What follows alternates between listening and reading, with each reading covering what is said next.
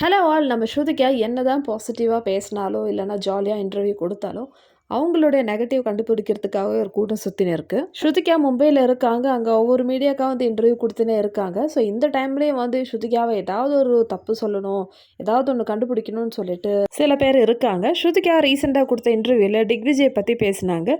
டிக்விஜயை பற்றி பேசுனதுக்கு அவ்வளோ நெகட்டிவாக வந்து சொல்லிட்டு இருக்காங்க ஸ்ருதிகாவை. என்னன்னு பார்க்கலாம். ஸ்ருதிகாவோட ரீசெண்ட் இன்டர்வியூவில் அவங்க சொல்கிறாங்க, எனக்கு இந்த பிக் பாஸ் ஹவுஸில் ஒரே ஒரு ரிக்ரெட் மட்டும்தான் இருந்தது. என்னன்னு பார்த்தீங்கன்னா டிக்விஜயோட எவிக்ஷன். ஆனால் அந்த எவிக்ஷனுக்கு நான் மட்டும் பொறுப்பில்லை. நான் ஜஸ்ட்டு ரேங்கிங் டாஸ்க் தான் பண்ணேன். ஆனால் அங்கே இருக்கிற 8 பேர் வந்து டிக்விஜயை நாமினேட் பண்ணி வெளியே அனுப்பிச்சிட்டாங்க.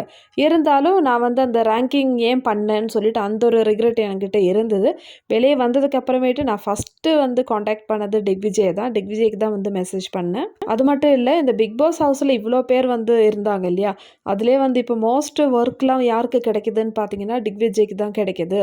ஸோ அது பார்க்குறதுக்கு எனக்கு சந்தோஷமாக இருந்தது. நான் வந்து காட் கிட்ட வந்து தேங்க்யூ சொல்லுவேன் எப்போவுமே. எனக்கு இப்போ நிம்மதியாகிடுச்சு. ஏன்னா எனக்கு அந்த ஒரு ரிக்ரெட் எப்போவுமே என்னோடய மைண்டில் இருந்தது. ஐயோ, நானும் இதில் வந்து ஒரு பார்ட்டாக இருக்கனே அப்படின்னு சொல்லிட்டு. ஆனால் டிக்விஜயோட சக்ஸஸ் பார்க்கும்போது நான் ரொம்ப ஹாப்பியாக இருக்கேன். ஸோ டிக்விஜயோட ஃபேன்ஸ் கூட, அதாவது சோஷியல் மீடியாவில் அவருக்கு இருக்கிற ஃபாலோவர்ஸ் கொஞ்சம் தான் இருந்தது. பட் பிக் பாஸ்க்கு போயிட்டு வெளியே வரும்போது அவருக்கு வந்து எவ்வளோ மில்லியன்ஸ் ஆகிடுச்சு. ஸோ இதெல்லாம் வந்து இந்த பிக் பாஸில் கிடைச்ச வெற்றி தான். ஸோ யார் வந்து கப்பு ஜெயிக்கிறாங்களோ அது மட்டும் இல்லை வெற்றி. எப்போவுமே வந்து மக்கள் யாரை வந்து சப்போர்ட் பண்ணுறாங்களோ அதுதான் வந்து நம்மளுக்கு கிடைக்கிற பெரிய வெற்றி. அந்த வகையில் பார்க்கும்போது டிக்விஜய்க்கு வந்து நிறைய மக்கள் சப்போர்ட் இருக்குது. ஸோ இதுவே வந்து எனக்கு ரொம்ப சந்தோஷமாக இருக்குதுன்னு சொல்லிட்டு டிக்விஜய் பற்றி பேசுகிறாங்க. ஸ்ருதிகா 100% இங்கே பாசிட்டிவாக தான் பேசுகிறாங்க. இதுக்கு என்ன தெரியுமா பதில் வந்து வருது?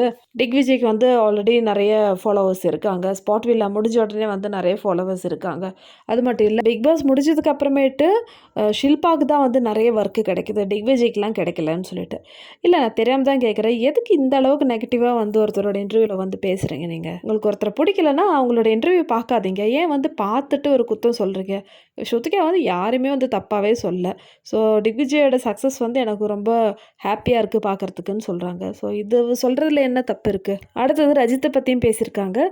இன்டர்வியூ கேட்குறாங்க. ரஜித்து, அதே மாதிரி கரண், இவங்களில் வந்து யார் வந்து கப்பு வாங்கிறதுக்கு எலிஜிபிலிட்டி அப்படின்னு கேட்கும்போது ஸ்ருதிகா சொல்கிறாங்க, ரஜித்துக்கு வந்து நிறைய ஃபேன்ஸ் இருக்காங்க. ஃபேமிலி ரவுண்டில் அர்ஜுன் உள்ளே வந்து போது தான் தெரியுது ரஜித்துக்கு சவுத்தில் இருந்து நிறைய ஃபேன்ஸ் இருக்காமே. என்னதான் லாங்குவேஜ் தெரியலனா கூட சவுத்தில் இருந்தும் வந்து நிறைய பேர் வந்து ரஜித்துக்கு ஃபேன்ஸ் இருக்குது. ஸோ நாங்கள் வந்து கலாய்ச்சிட்ருப்போம், உனக்கு வந்து நார்த்தில் இருந்தும் கிடைக்கிது ஓட்டு, அதே மாதிரி சவுத்துலேருந்தும் ஓட்டு கிடைக்கிது, நீ தான் பெரிய ஆளுன்னு சொல்லிட்டு. ஸோ ஸ்ருதிகா இன்டைரக்டாக சொல்கிறாங்க ரஜித் வின்னர் ஆயிருக்கணும்னு சொல்லிட்டு. ஸோ நம்மளுக்கு எல்லாருக்குமே தெரியும், பட் இருந்தாலும் ஸ்ருதிகா ஓப்பனாக நாங்கள் சொல்ல முடியாது. எனவே இந்த இன்டர்வியூவில் ஸ்ருதிகா டிக்விஜயை பற்றி பாசிட்டிவாக தான் சொல்லியிருக்காங்க.